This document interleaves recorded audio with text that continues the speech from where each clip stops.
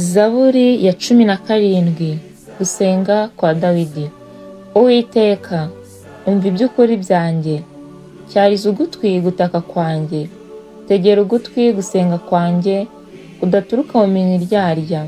Urubanza rwanjye ruturuka imbere yawe, amaso yawe arebe ibitunganye.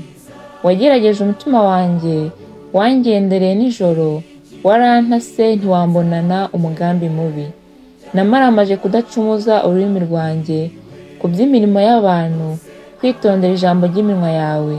Niko kuma kwirinda inzira z'abanyarugomo, intambwe zanjye zikomerera mu nzira zawe, ibirenge byanjye ntibinyerera.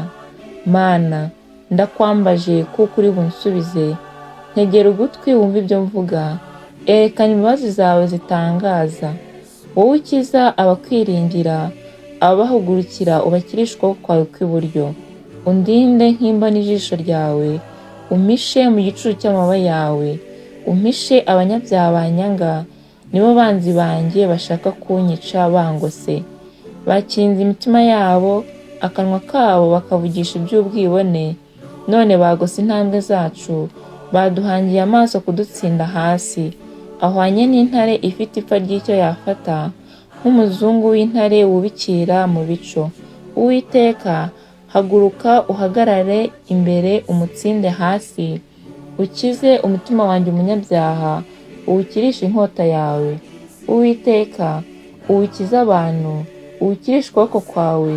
Nibo bantu b'isi, bafite umugabane wabo muri ubu bugingo. Inda zabo uzihaze ubutunzi bwawe. Bahage abana b'abahungu, ibintu byabo bisigare babisigire impinja zabo. Jyeweho nzareba mu maso hawe nkiranuka, mu ikanguka ryanjye nzahaga ishusho yawe. Haleluya.